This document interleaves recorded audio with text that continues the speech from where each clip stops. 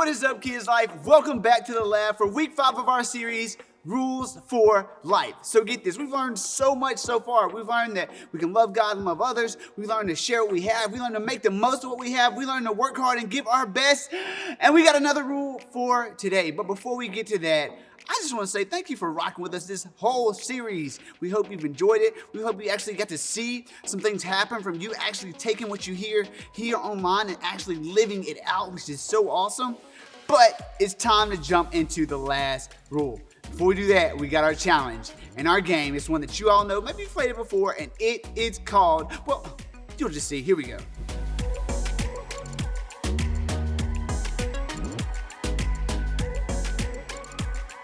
What is up, Kids Life? I am so excited about today's game. It's one of my favorites personally. What about you, Mr. Josh? It is one of my favorites too. Yes. Good old classic. So we are playing the game of Jenga. And what the rules of Jenga is that you grab a block from any level of the tower, place it on top of the tower, and the first one to knock it down loses. Okay. So it's gonna get pretty intense. So we'll see which one wins this game. As of further notice, let's get into it. All right.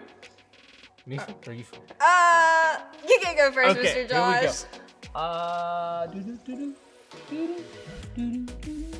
That was pretty fast. Oh, woo.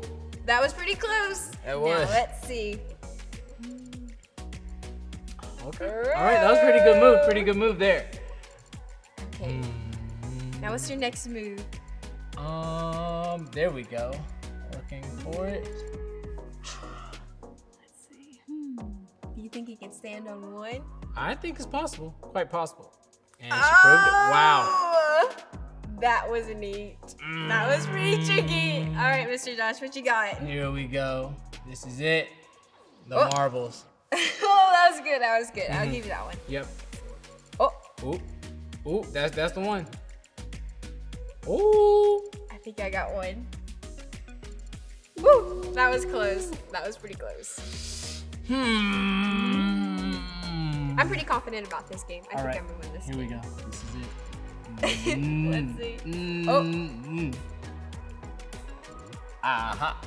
I got it. Then Mr. Josh, Got I it. learned this trick. Whoa. I learned this trick. Is that when you do it, if you pull it out really fast, that the tower will just fall down. You think I can do it? You know, actually, okay, yeah. Which one should I do first? I don't know. Try that. This one? Yeah. Go. Oh! All right. All right, I'm gonna try it. I'm gonna try it now. I'm gonna try it. So you said if I pull it out really fast, The tower that will I'm go gonna down. win. Yes. Okay. 3, 2, 1. Oh, Mr. Josh! No, he knocked down the tower. But hey, I'll give it to you. That was pretty bold. That was pretty bold of Mr. Josh. But that was so fun. Kids, we will see you guys soon. Thanks for playing this game with us.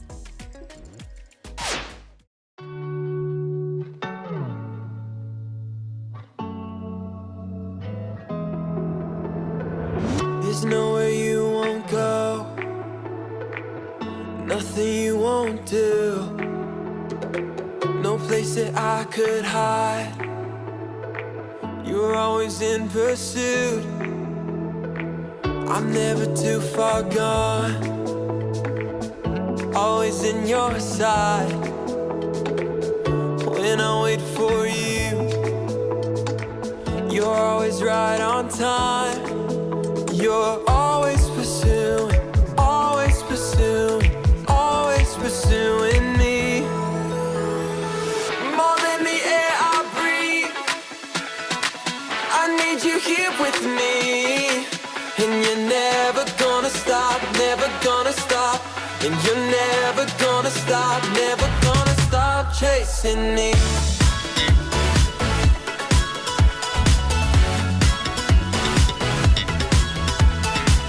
You made a way for me, opened up the door. Jesus, you have my heart, now and forevermore. You're always pursuing, always pursuing, always pursuing me.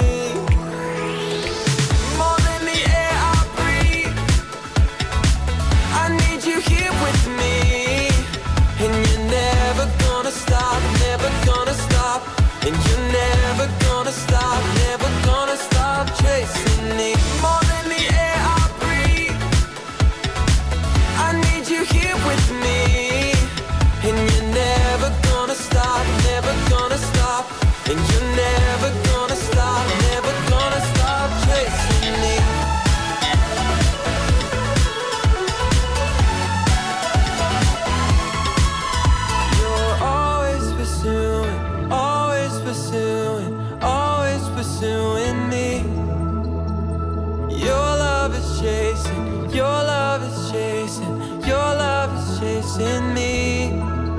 You're always pursuing, always pursuing, always pursuing me. Oh, your love is chasing, your love is chasing, your love is chasing me. More than the air I breathe, I need you here with me. And you're never gonna stop, never gonna stop. And you're never gonna stop, never gonna stop chasing me. More than the air I breathe, I need you here with me. And you're never gonna stop, never gonna stop. And you're never gonna stop, never gonna stop chasing me. No, you're never, and you're never gonna stop, never gonna stop.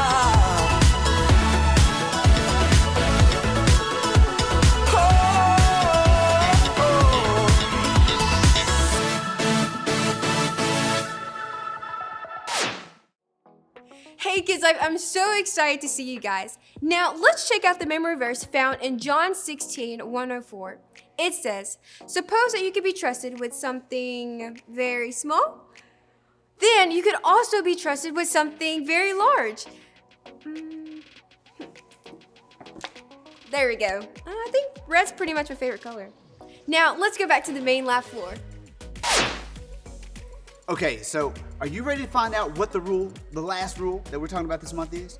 The last rule for life? Well, it starts off with a guy that's pretty cool. His name was Paul, right? So first, when Paul first stepped on the scene, he wasn't really the best. You know, he actually went around killing and taking people out who actually followed God. But then his life changed and he went around telling people about Jesus and encouraging them to live the way that God wanted them to. So Paul had a huge life-changing experience and he went around telling everyone about Jesus. Now, at one point, he actually ended up in prison, not for doing anything wrong, but he was in prison for actually telling people about Jesus. So during his time there, he wrote letters to communicate to the people that he was telling about Jesus. He wrote these letters to churches, and today we're going to look at one of the letters that he wrote to the church in Ephesus. And the cool part about that is that those letters aren't gone or forgotten, that we actually took those letters and they are part of the Bible. So the church that he was writing to was the church at Ephesus. Can you guess what book we're about to look at? Come on. Oh, somebody said it. Ephesians. We're going to check out Ephesians because in Ephesians, in this letter, Paul was reminding the people, hey, remember what God has done, and remember there's power in what you say. So let's check out what Paul wrote to the church at Ephesus. Ephesians 4:29, Paul writes, don't let any evil talk come out of your mouths. Say only what will help to build others up and meet their needs. Then what you say will help those who listen. Okay, so I have a question. Do you guys know what this is? Now, maybe you already knew. You're like, hammer, but what type of hammer? Okay, wow, that was quick. Sledgehammer, yes. And these come in different sizes, and a sledgehammer does something different than a regular hammer would do. You see, when a hammer helps build things, right, you hammer nails, a sledgehammer helps you tear things down. Like if you're remodeling, maybe your mom or dad uses one of these when they're remodeling something in the house or when they're using it to break something. This is what you'd use, a sledgehammer. Now, you'd use a sledgehammer to destroy things, kind of like this watermelon, right? Calm down, just kidding, right? I wouldn't destroy a watermelon, right? So who would actually want to see me hit a watermelon with a sledgehammer? I mean, we got to keep things safe right here in the lab. So why would I even do that? So don't worry, I'm not going to smash this watermelon with this hammer, even though it looks really fun. Don't worry, wouldn't do that at all. So maybe I might, okay? You know, let's just go see what it looks like.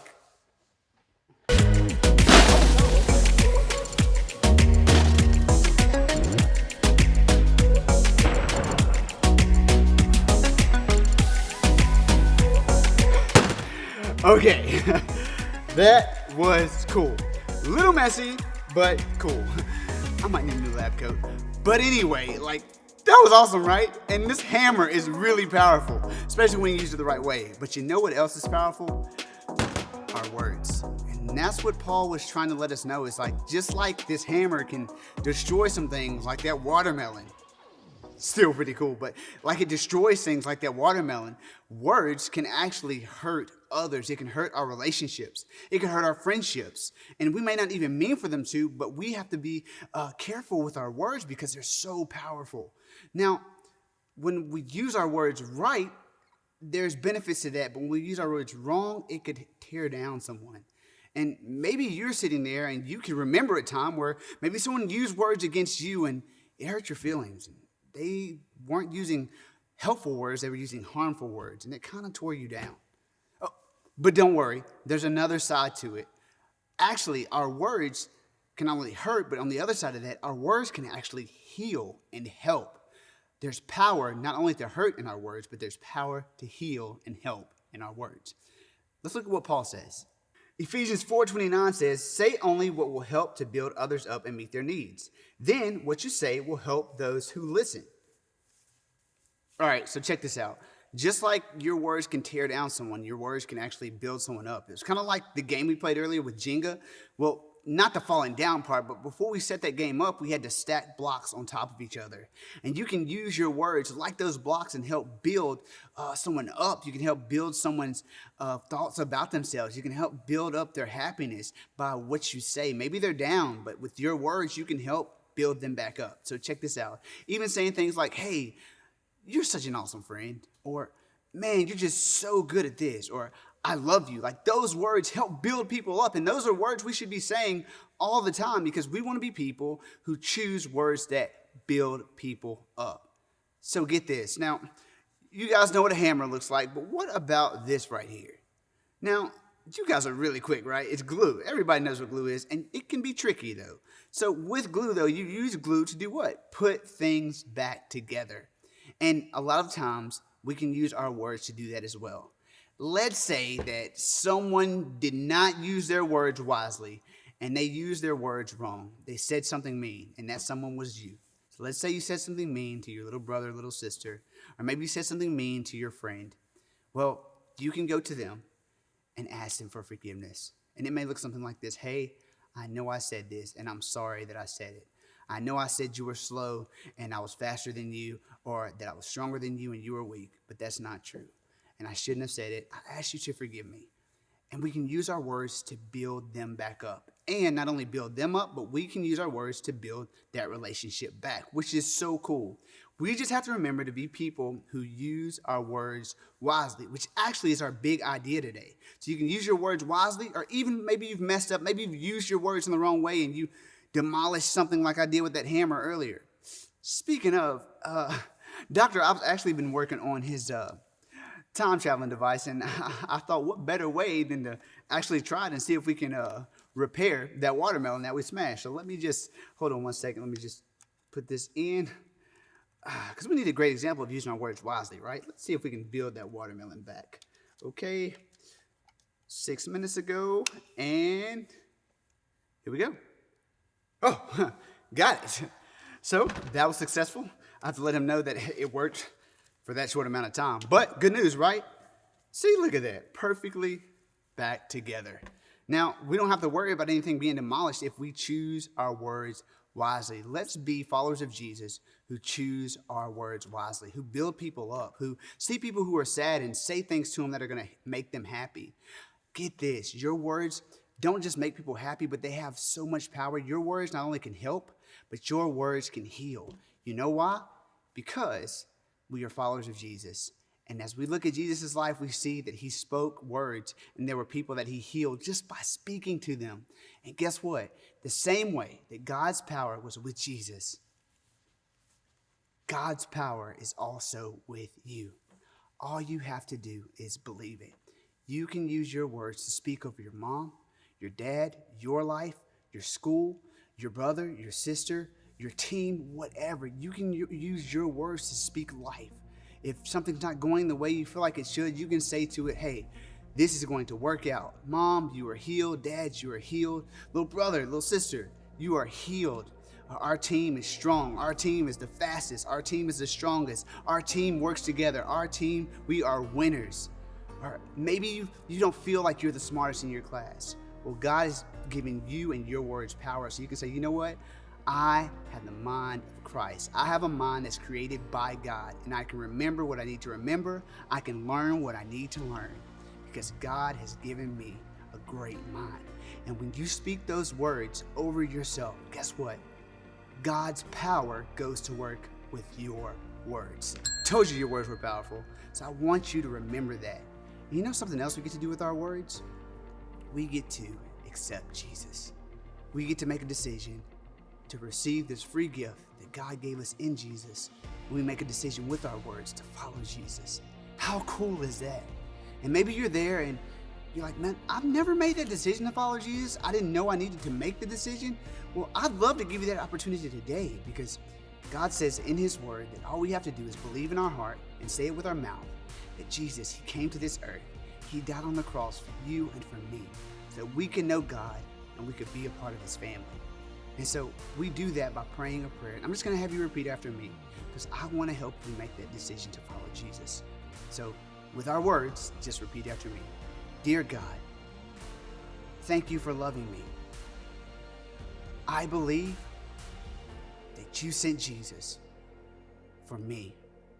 Jesus, I believe that you died on the cross and that you rose again so that I could be a part of God's family. Thank you for forgiving me of my sins. Jesus, I choose to follow you. In Jesus' name, amen. And it starts right there. You just use your words, and your words help you receive this free gift that God gave you. You are now a follower of Jesus if you prayed that prayer for the first time. Maybe you've already prayed that prayer. You are already a follower of Jesus, but either way, you've made the best decision of your life. And every other decision after that starts with your words. So remember, use your words wisely. Why? Because your words have power, and God's power backs your words. All right, so let's see what this looks like in our Imagineer groups. Like, how can we choose our words wisely? What are some tips we can use? That's what Imagineer groups are for. So let's do it, and I'll see you guys next time.